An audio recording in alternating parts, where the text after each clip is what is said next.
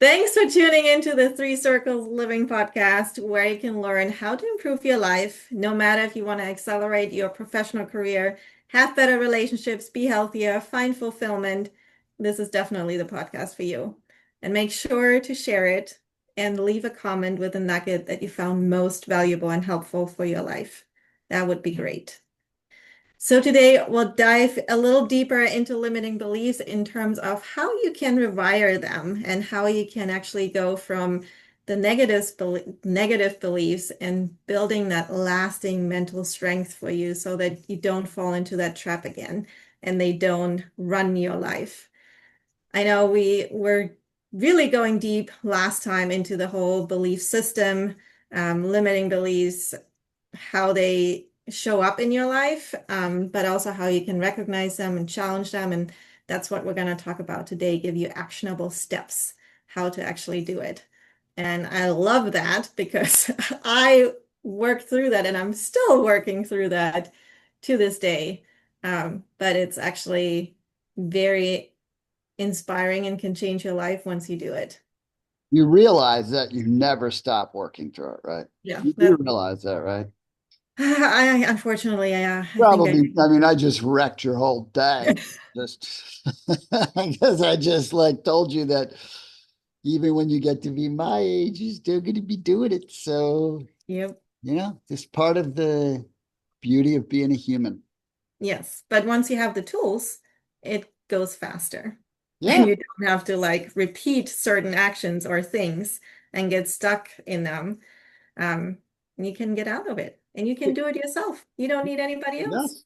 Yes. You also get to be much quicker at calling yourself out on your BS. Mm, yes. Right? When you start to go, well, I'm not, or I can't. And then you're like, seriously, you're going to do that again? What are you, 10?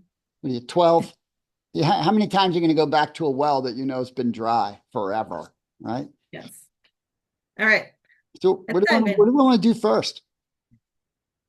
I love the different exercises of how we can get over it. Yeah, get over ourselves. That's what it is, right? And actually one of the first ones and it's going to be a little bit challenging and a lot of people will probably say, I don't have anything. I don't know what to write about this. But The uh, limiting belief, by the way. what? That's a limiting belief too. Yes, yeah, that is. But you're writing down, I love that exercise because I went through it and it was really eye-opening for me too. But writing down your personal success and all the successes that you've already encountered. And I know I want to get that out there because I hear people like, oh, I'm not successful. What have I achieved? Yeah, but literally anything. Look at your life and go through from the day you were born, pretty much, like what you have achieved so far. And you've achieved a lot, a lot.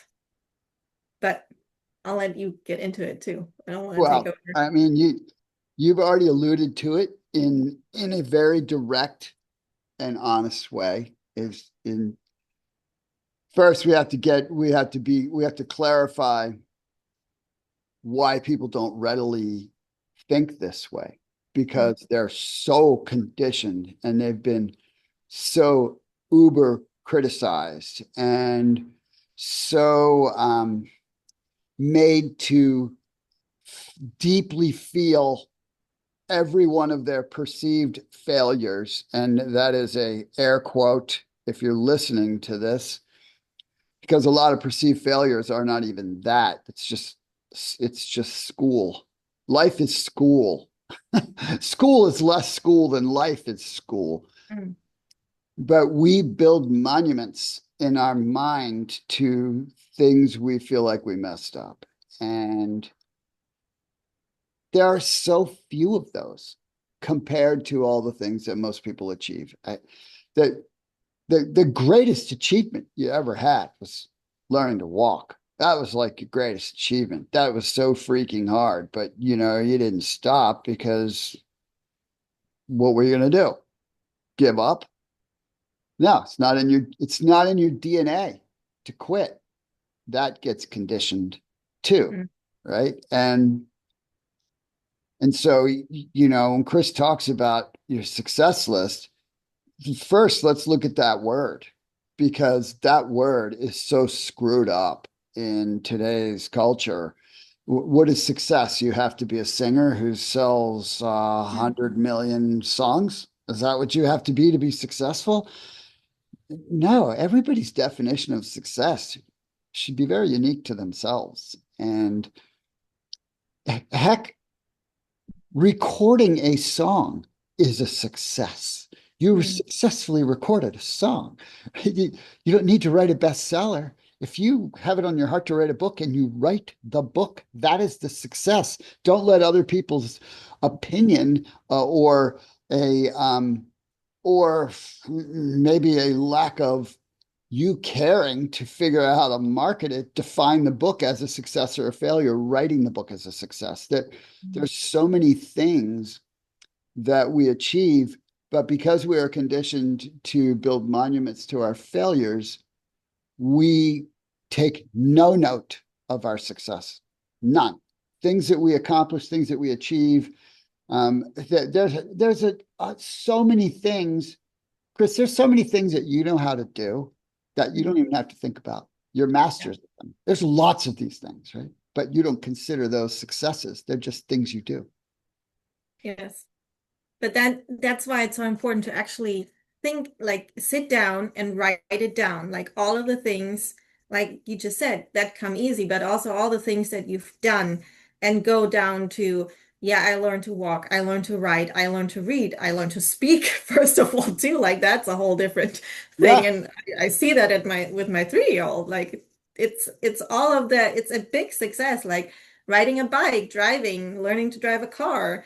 Uh, all of it, like graduating all the different classes in the school system, or, you know, everything, landing your first job, having a first job interview, like all of that, anything, Yes. write everything down and continue to do that and have that list handy every single day. Look at it. And you might roll your eyes at us for saying all those little things, but you, like you said, you can refine what success is to you. And I hear it so often, like because I'm on social media, right? As an example, I love social media because that's the way how I stay connected with everybody. But 8 years ago, I didn't want to be on social media. I didn't post. I didn't know what to post, but I just started because I got challenged by someone else, and that's how I function. Like I like a good challenge. So that was my success, but it doesn't matter. Like you can start somewhere. You can make that first post, and that is your success. You don't need a follower account or anything like that. Just that taking that action is that success. Yeah. Great clarification there, right? Accomplishing an action. Achieving anything by definition is a success. So something that you try to do that you hadn't done yet, doing that is a success. It doesn't matter how great or small. And I remember when I first started doing this exercise with my coaching clients years and years and years ago. And first they'd have nothing. They'd like have three things, like, oh, I got an award once for blah, blah, blah. Yeah, that's great. But then I'd take them through it and then they would start working on it and then they would start looking at it. And then it becomes visible proof that there's much more to you than you give yourself credit for because we don't. And I get that. I get not giving yourself credit for accomplishing things that you feel like you should be able to do, but don't take away the accomplishment just because you feel like you should be able to do it, right? Because then you miss the mark of being able to use that to leverage yourself when you are struggling to do something that's much greater, or when you're considering tackling something and you're flooded with self-doubt or lack of belief. And that's what it's for. You've already built monuments to your failures. Why don't we build some monuments to your successes? Because there've been way, way, way, way, way more of those than there have been failures. But nobody's you practically have to win a gold medal before someone, right? Congratulations. Like who remembers a silver medal winner? Nobody. Nobody remembers. How ridiculous is that? right? So Mhm. someone is a silver medalist in an event in the Olympics, which by definition means that they're the second most accomplished person in that moment, by the way. It could just be that day, but in that moment, in the world, in the thing they do, and nobody remembers them because it's about the gold. Again, definition of success is crazy, but you can redefine it and just Ah, have that handy for you because it's gonna make a difference in the long run. It's not gonna be probably not overnight because you have to rewire your belief system. But have that handy, sit down, write a list of at least 50 successes. And once you get going, it'll become easier. And you and can always get them with us too. it's your list, right? Yes. So it's your list. And so I'll share this really quick without like getting into all the details, but I was doing some deep training for a group. This has been years ago, and one of the participants was asking me about um, what I was trying to accomplish next in the field in which I was teaching this group. And I'm like, nothing. She's like, well, what do you mean? I'm like, nothing. There's nothing more in this field that I care to accomplish.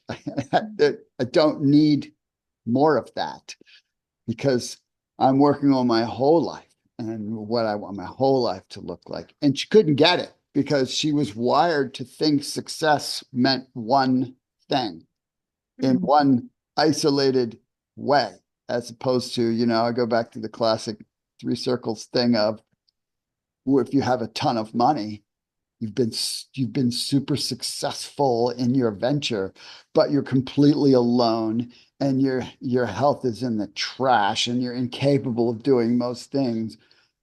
Is that success? Right? Yeah. That's where people's brain wiring starts to get a little mangled, right? It's like, no, that's not success, not in the global picture.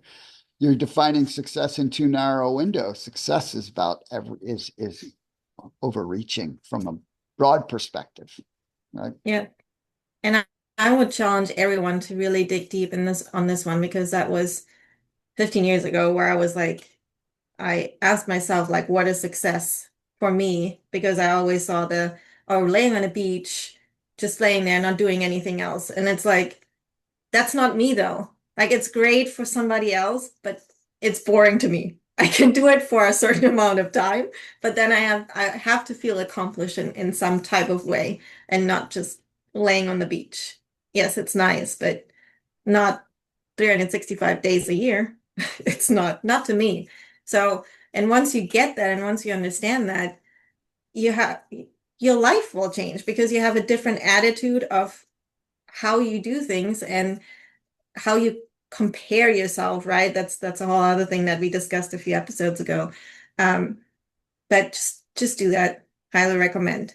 And moving on from that, a little that you alluded to too is like another exercise that you can do to help you get over your limiting beliefs is really looking at your strengths. Like what comes easy to you?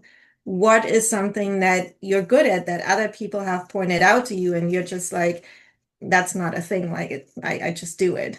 Um, what do you learn quickly? What can you spend a lot of time doing that and time is just flying by because you're having fun? Like what are those things? Add those up. Things that make you feel good, things that give you energy. That's an important one. Like what makes you feel good, right? What Doing. lights you up? What lights Yeah. you up? But that's another way of like write those down too. Go inside again, what comes easy. Um, what you what you can help others with, whatever it is, right?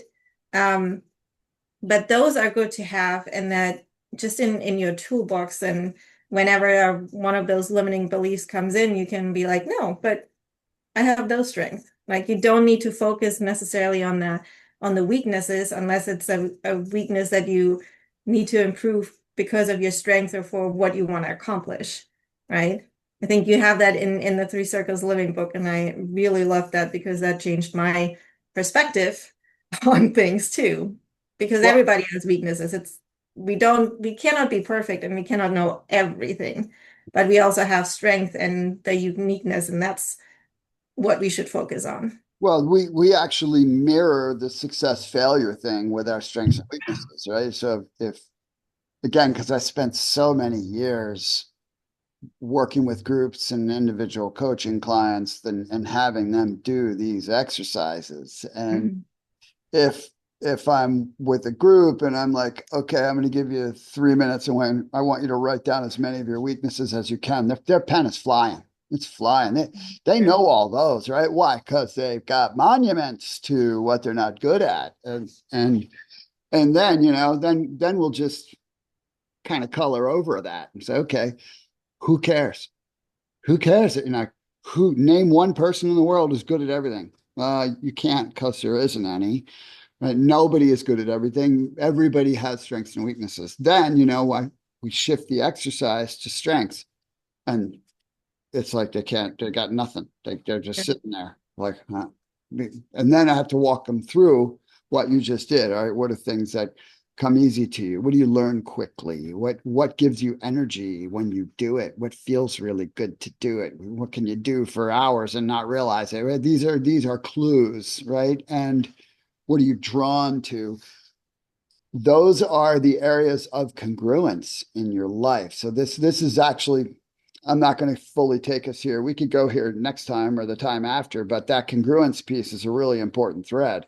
You have strengths because that's like your gifts. Your gifts make room for you. Your strengths are what you're supposed to use. You're not supposed to spend your time trying to be something that you're clearly not, right? I mean, there are things we clearly aren't. That has nothing to do with limiting beliefs. It has everything to do with our wiring. But I am not a detail person. There's nothing on the planet that would make me a detail person. I am not a detail person. I am not very good with technology. It's not intuitive to me. I don't remember. It doesn't stick to me. Can I use it? Yeah, I can figure it out after a while. But there are many of these things that are clear weaknesses for me. And rather than waste my life trying to be better at something that I'm never going to be great at, I'm going to go over into my strength zone and hone, hone, hone, hone, hone, hone, and put it to use because that's how you create the life that you're supposed to live. And that's in the same vein. You got to uncover your strengths, which is we should dig deeper into that. Okay. You know, maybe the next we need to touch on gratitude in this particular area too. Yeah. I mean, there's a lot there's way more to go on this topic, but what Chris gave you earlier, the success list, this is an incredibly important activity, and it's a great activity to pass along to your children Mhm. because before they get too far down the road, especially if they're teenagers and getting the crap kicked out of them by nasty other teenagers, I don't mean physically, I mean emotionally beat up and getting all the negative conditioning that you know for a fact some of the teachers that they have are not really there because their hearts to teach, and there are people that are speaking negatively into their life, and they're getting a lot of that right now. This is a great exercise for young people because you want to bolster their esteem as fast as you can because right now it's getting trashed. I, yes, 100%. Being a mom, I can definitely tell you, and it doesn't matter how much you try to shield them from it, you cannot because they will, but you can help them to not go down that rabbit hole and to not feel that way, right? So you can give them all the tools when they're young and they can always come back to it. Yeah, you gotta help them learn how to feed themselves Yeah. because right, that old the one on each, the little wolf on each shoulder, the little person with the hat, right? That's a real thing, right? And the one that speaks poorly, that's the one that society will feed all day. I mean, it's just throwing scraps all day. You have to purposefully feed the other one. But if you do that, you can really lower the effect of the other stuff. Yeah, and it's so much easier to feed into that negative. It just is. It takes more effort to be on the positive side, Yes. Yeah. Very good but point. it's so much more worth it to be on that positive side. Yes. Yes. I mean, And just to see the opportunity in everything. Like even like just talking about this right now, like weakness, all right, but that's an opportunity to be better if you want to be better in that area, yes. you know. It's a simple rephrasing, but when you do go through those exercises, they will give you, you might not be able to connect the dots right now. Just trust us in this moment. We've gone through it. We've helped other people go through this. But it will help you to set you up to think differently. And then, yes, you still have those limiting beliefs, like we said in the beginning. We all deal with them. It's just how life is.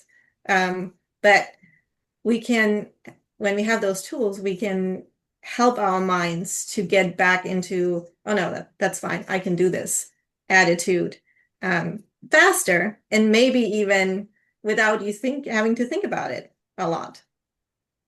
So it's just like a muscle that you have to train. Hmm. Well said. That's a good place to stop right there. The muscle. Yeah. That's a We're good word. already, yeah, take it to heart. But again, oh my gosh, this is so much fun. I hope you're doing these exercises with us. Let us know in the comments when you do them. If you need help with anything, we're more than happy to give you some more pointers. And we'll dig deeper into this topic for sure. But thank you again for listening, for coming along our journey, and we'll see you next week. Chris, thanks for making this happen for all of us. Of course, happy Bye, to. everybody. Bye.